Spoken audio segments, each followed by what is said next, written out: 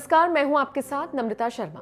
रविवार का दिन एक बहुत बड़ी और बुरी खबर लेकर आया।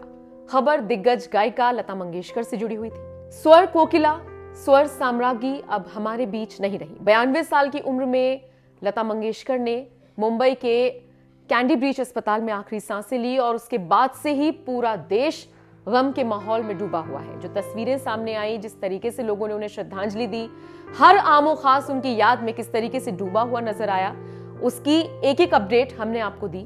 और इसी कड़ी में अपर्णा यादव ने भी लता मंगेशकर को अपने अंदाज में याद किया। लगभग 1 से 1.5 मिनट का वीडियो है सोशल मीडिया प्लेटफॉर्म ट्विटर पर जो अपर्णा यादव ने शेयर किया है, जिसमें वो सारी चीजें बताती हुई नजर आ रही हैं। वो ये कहती हुई सुनाई दे रही हैं कि जो म्यूजिक इंडस्ट्री है, या ये कह लीजिए कि जो कला जगत है, वो लता मंगेशकर के जाने के बाद किस तरीके से सूना हो गया है। अपर्णा यादव ने 2 ट्वीट किए। सबसे पहले ट्वीट में वो लिखती हैं, deeply saddened by the news of Lata Mangeshkar ji's passing away.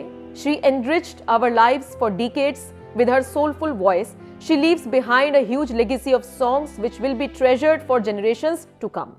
May her soul rest in peace. Condolences to the family. Om Shanti.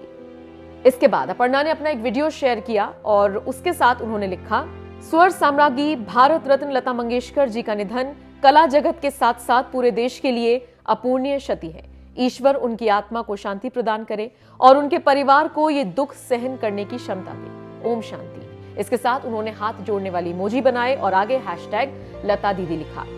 आपको बताते चले, अपर्णा यादव खुद कई सालों तक शास्त्रीय संगीत की ट्रेनिंग ले चुकी हैं और बहुत अच्छा वो गाती हैं। इस पूरे क्षेत्र से वो जुड़ी रही हैं। कई सालों तक प्रोफेशनल ट्रेनिंग जिसे हम कहते हैं वो ग्रहण कर चुकी हैं, वो शिक्षा वो ले चुकी हैं। यही वजह है कि उनका इस क्षेत्र में काफी रुझान है। और ऐसे में लता मंगेशकर के जाने के बाद उन्होंने अपने तरीके से, अपने अंदाज में उनको याद किया, श्रद्धांजलि अर्पित की। पूरा वीडियो आप देखिए, अपर्णा यादव क्या कहती हुई नजर आ रही हैं।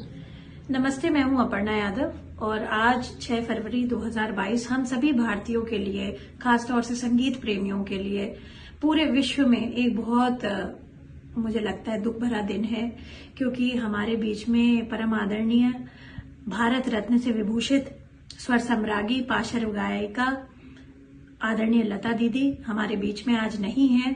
मैं संगीत प्रेमी हूं और बचपन से उनके गाने सुनती थी। बहुत ही प्रेरणादायक गाने रहते थे उनके, और हमेशा जो भी गीत उन्होंने गाए हैं उसमें हमेशा उस चीज का बहुत ध्यान रखा कि हिंदुस्तानी यानी भारतीय जो क्लासिकल म्यूजिक है, इंडियन क्लासिकल म्यूजिक, उसका वो समावेश कैसे कर सके बॉलीवुड सिंगिंग में। तो ये हमारे आगे आने वाली पीढ़ी के लिए बहुत ही प्रेरणादायक रहेगा। It will be very inspirational. मैं अपना दुख और शब्दों में व्यक्त नहीं कर सकती, बस इतना ही कह सकती हूँ कि स्वर हमेशा अमर होता है, स्वर अजर होता है। उनके भी गीत हमारे लिए हमेशा एक प्रेरणा का स्रोत, एक अमरता का स्रोत बने रहेंगे। और आज वो हमारे बीच में नहीं है, इस चीज का दुख तो हम लोग कभी नहीं भुला पाएंगे। पर मैं यही कहूंगी कि मेरी श्रद्धांजलि है उन्हें,